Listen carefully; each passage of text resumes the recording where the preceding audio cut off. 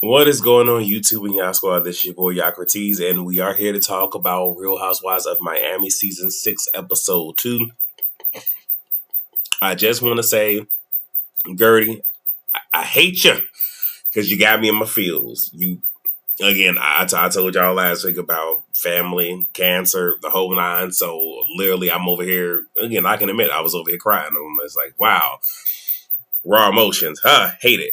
But anyway, jumping ahead, we start off with Nicole with her son Grayson. He is so handsome.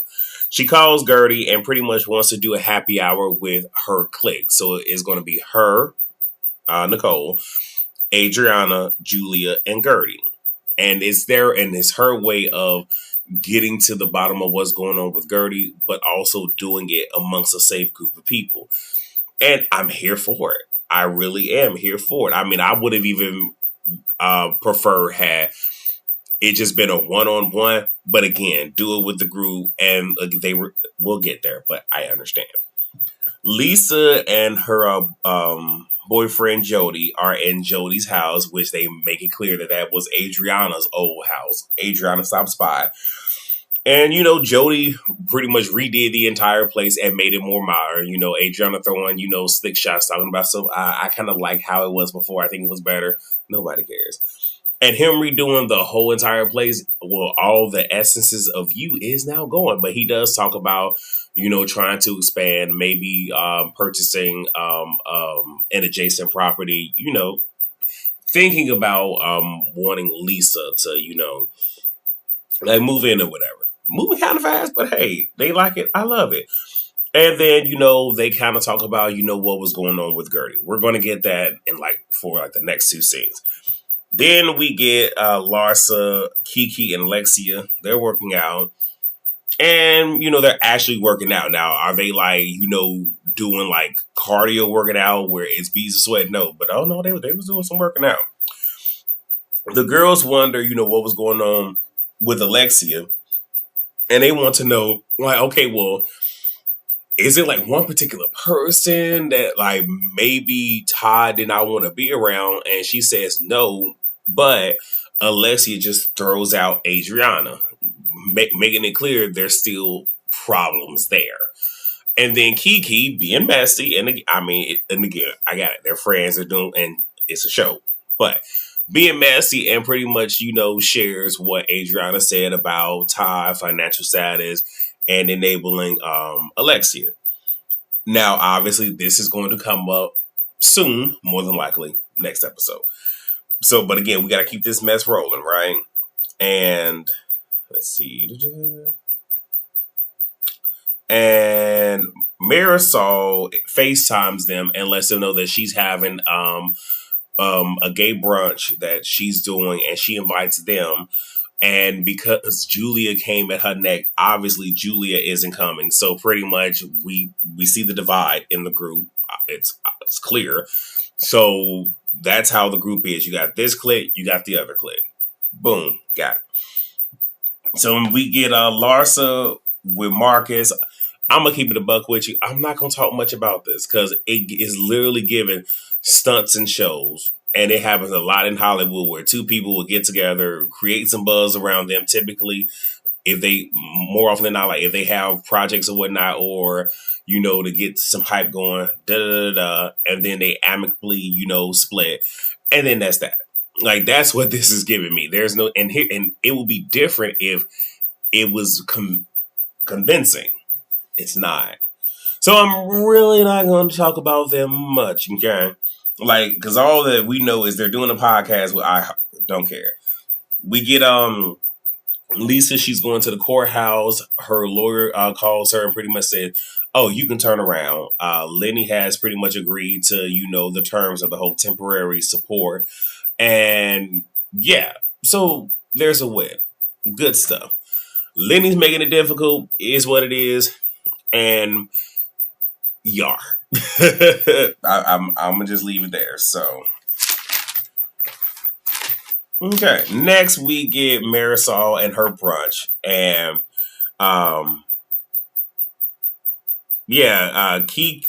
we find out that Kiki, so at the brunch is pretty much Alexia, Kiki, Larsa, Lisa. Yeah, they're all there. We find out that Kiki was in the same establishment with Lenny's girlfriend, ex-husband. She sat there, and said that he was a real nice guy, and for her friend, like she would, get the tea, do all this, pretty much bring down chaos on old girl. Which I'm like, yeah, that's what friends are for, but that's a lot of energy you're putting there. But hey, again, go off, do you? Um, Lisa says she and Jody ran into Todd as they were leaving Lexia's party, and they're saying this to Alexia, and says that he seemed a bit low, and Alexia says things are good, and I mean obviously we all don't believe it, but okay.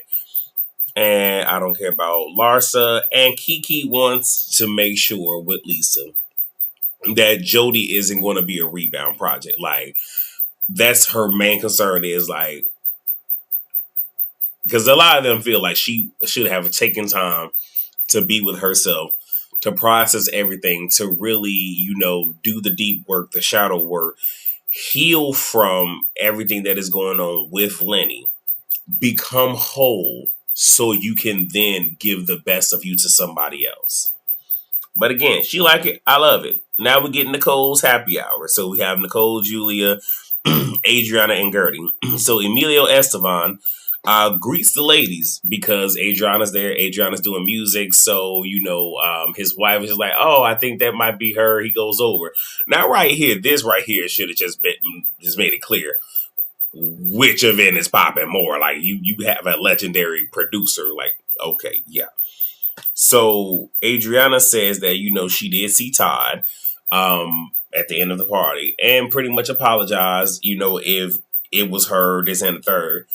And excuse me. And he said that she didn't do anything to hurt him. And she says to him that this is where I'm like, I think you're doing too much, Adriana. But again, keep it the mess for the show. Said now this is what she said. We don't know this to be a fact, but she says that it looks like they need time to figure out their marriage. And he says right on the nose. And everybody's like, ooh, ooh, ooh. Now, again, could he have said it? He could have, but I don't know. So then Julia lets us know that this girl had been engaged 9 times. Hey, go off. Okay, go off. My question is, did you keep the rings? That's all I want to know. So then Nicole asks Gertie what's happening with her.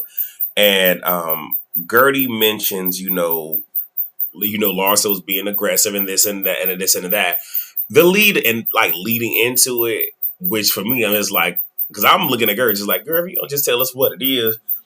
And then Gertie then shares, that she has cancer and it's stage 1. And it was one of those where you can tell she didn't want to say it because saying it brings life to it and makes it real.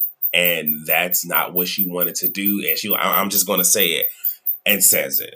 And everyone there is devastated. I really honed in on Julia because we know Julia is on the opposite side of it, dealing with a spouse that, had double cancer and going through the motions. So, and it was very heartwarming to see all of them, wanting to comfort her. Because at one point, you have Gertie shaking.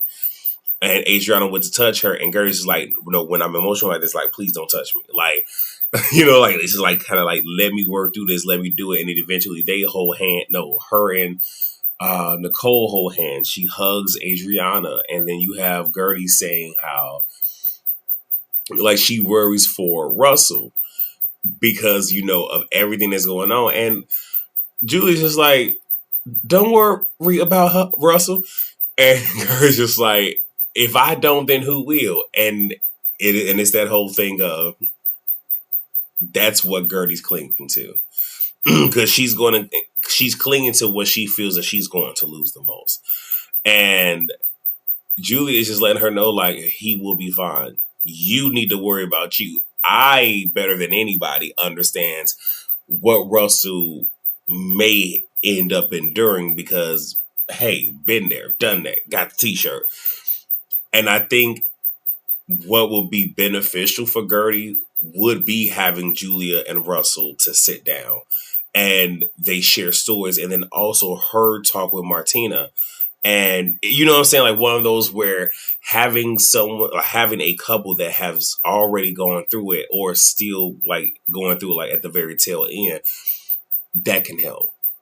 But I know for Gertie that was very freeing because sometimes you just have to get it off your chest, and holding on to it does more harm. And the thing is, when you're going through stuff like that, the longer you live in denial about it and you're holding on to it, you know, you can't heal.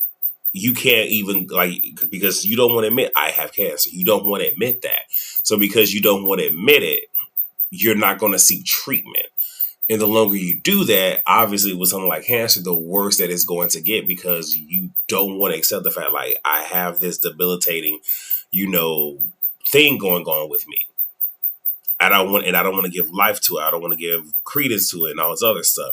So I'm happy that she was able to get it out, and it seemed like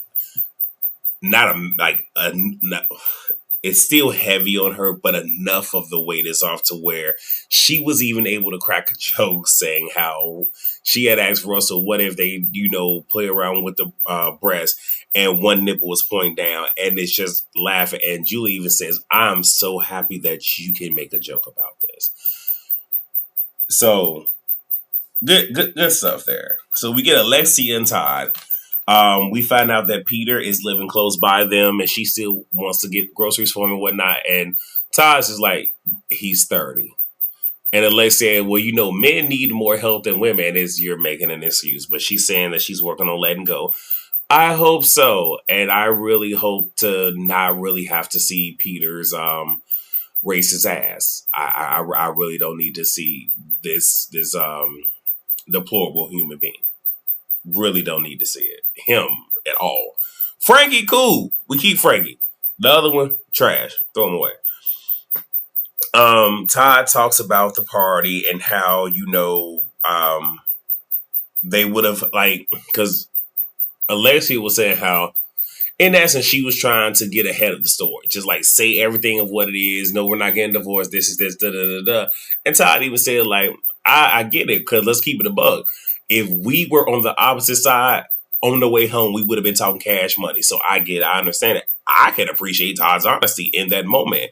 And he even said that, you know, the last time that he was kind of in a group setting and he felt uncomfortable, things were said, things were done. So he learned from that. So because he was feeling as if he was going, like things were going to be uncomfortable, he just chose to go downstairs, work out in the gym, have him a nice steak and everything. Obviously, Alexia is, you know, feeling away. But that's him trying to make sure he don't say or do the wrong thing. He doesn't embarrass her, doesn't embarrass himself. Get it. My only thing is, but he should have, and I guess as time got closer, you know, it just hit him. But it's like, you kind of made that commitment to your wife. Like, bro, for me, it's just suck it up, Buttercup. Like, that's my whole thing. But I get where his stance on it.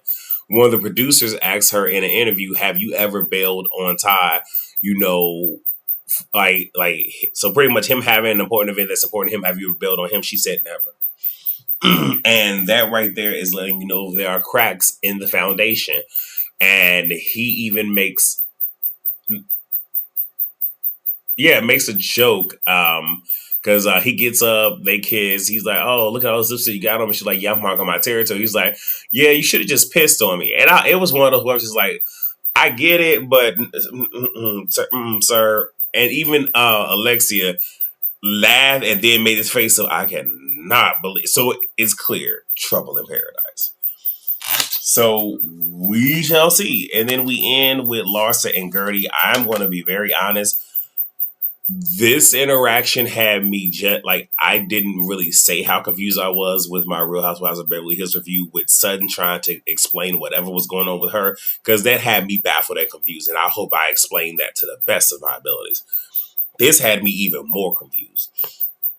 And I think it's because Gertie, rather than just addressing the issue at hand, she is pretty much using these small, I don't want to say small, but these other instances with Larsa and kind of funneling her pain through that and using that against her. Because the whole her being fake, probably not the best word. Because she said the words here that she was being dismissive and disrespectful. That's not fake, especially when some of the stuff she said it to your face. That's really not fake. But, Larsa starts off saying she doesn't want Gertie to cry, and Gertie is not here for it, and neither am I. You're not going to sit here and box me in. We're not going to start with that where it's, oh, yeah, but you're not going to cry, like you're not going to police my emotions. Not to that degree. Now, the whole, we're not going, and what she could have done is like, if anything, said like, I'm really not an emotional person, and can we please not go there, because if you do, I'm just going to have to walk away because I can't do that. Boundary. But just sitting here trying to tell another grown person what to do, not cool. Gertie says Alexia event was not the place for that conversation. Now, though I appreciate the response of her saying, but social media was, I can appreciate it, but this is one of those where it's clear that, one, we're shooting a scene, but Larsa was not there. She wasn't listening to understand. She was hearing to respond. And that's what we're getting. So it's very combative, very argumentative. And yeah, it's one of those where it can only go up from here. Like there's pretty much no resolution.